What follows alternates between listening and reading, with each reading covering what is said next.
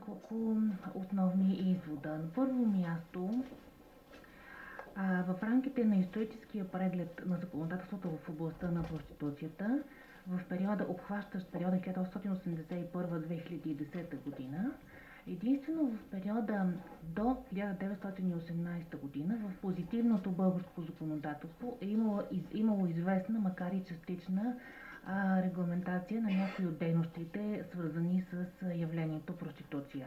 Отношението на законодателя към това явление е от тогава насам проследяваме единствено и само посредством прегледа на санкционните правни отрасли, а именно на наказателното законодателство и на някои разпоредби от извън наказателното законодателство, предвиждащи административни мерки спрямо проституиращите лица и тези, които се ползват от този вид услуга.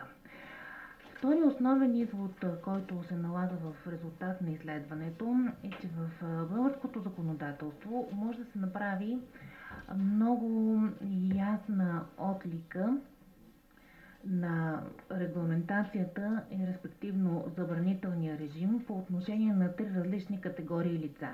На първо място това са проституиращите лица, на второ място това са лицата, ползващи услугите на проституиращите, и на трето място това са лицата, извършващи дейност по съгласуване на волите на проституиращото лице и клиента или по организиране, предоставянето или ползването на платени сексуални услуги.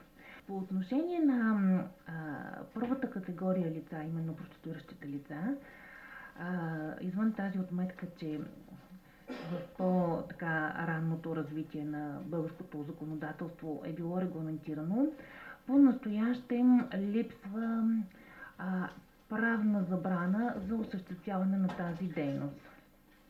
Същевременно в случаите, в които клиенти на проституиращите лица се явяват малолетни или непълнолетни или някои други особени кръгове лица, тази дейност спокойно би могла да попадне под някои разпоредби на действащия наказателен закон. Също така практиката показва, че много често проявите на проституиращите лица се квалифицират под състава на безделничеството по член 329 от Наказателния кодекс, който като че ли вече на всички ни се струва доста архаичен и следва да бъде или отменен, или сериозно изменена неговата диспозиция. По отношение на втората категория лица, именно тези, ползващи услугите на проституиращите, също липсва правна забрана, с изключение на нововъведените разпоредби на член 155а от Наказателния кодекс, който запретява разпространяване на информация с цел привличане за проституция на непълнолетни лица. По-настоящем прави впечатление, че всички дейности по съгласуване волите на проституиращото лице и ползващия платените сексуални услуги и по организиране предоставянето на такива услуги са запретени и такива те са били традиционно в българското законодателство. Съвсем накратко, това са изводите относно регламента на правните забрани, съществуващи в сферата на платените сексуални услуги. На първо място считам, че безусловно следва да останат запретени под страх от строги наказания следните видове платени сексуални услуги, а именно предлагането на платени сексуални услуги и свързаните с тях дейности по отношение на или с участието на малолетни или непълнолетни лица, без значение дали това е проституиращия или ползващия платената сексуална услуга. На второ място трябва да останат забранени, инкриминирани в Наказателния кодекс, предлагането на платени сексуални услуги и свързаните с тях дейности по отношение на или с участието на лица, които не могат да разбират свойството или значението на извършеното или не могат да ръководят постъпките си, отново без значение дали се касае до проституиращ или клиент.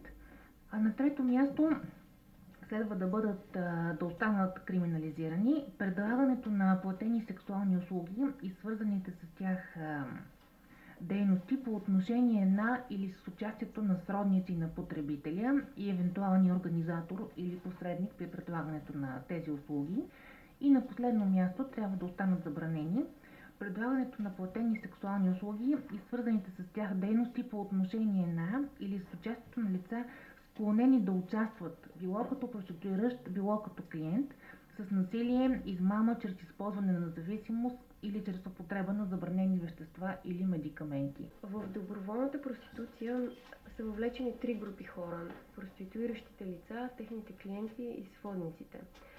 Всяка държава регулира в законодателството си поне една от тези групи чрез наказателното си право. Сводниците навсякъде са наказателно преследвани. Уличната проституция на много места е забранена. Наказателна отговорност за проституиращите лица е почти изчезнала. Криминализиране на клиентите има в единица държави. Критерият за разграничението между различните режими спрямо проституцията е в позитивната уредба. Съществува ли такава или не? Според целите, които режимите си поставят, се очертават три типа. Режими, които целят да премахнат явлението, криминализиращите, такива, които целят да интегрират проституиращите лица, легализиращите, и такива, при които няма постигнат обществен консенсус дали да се цели премахване на явлението или интегриране на проституиращите лица, мълчаливо разрешение. Режимите, които целят да премахнат проституцията, се изчерпват с наказателно-правна регулация, въвеждане на забрани и санкции в наказателния кодекс. Възможно е да е криминализирано предлагането на сексуалните услуги, т.е. поведението на жените, или каквито са по-новите тенденции в скандинавските държави, да се криминализира търсенето, т.е. поведението на клиентите. Криминализиращите режими, които репресират самите проституиращи лица, считат проституцията за вид безнравственост на проституиращото лице и явление, което вреди на обществото и реда. Такива са, например, Румъния и Калифорния, САЩ.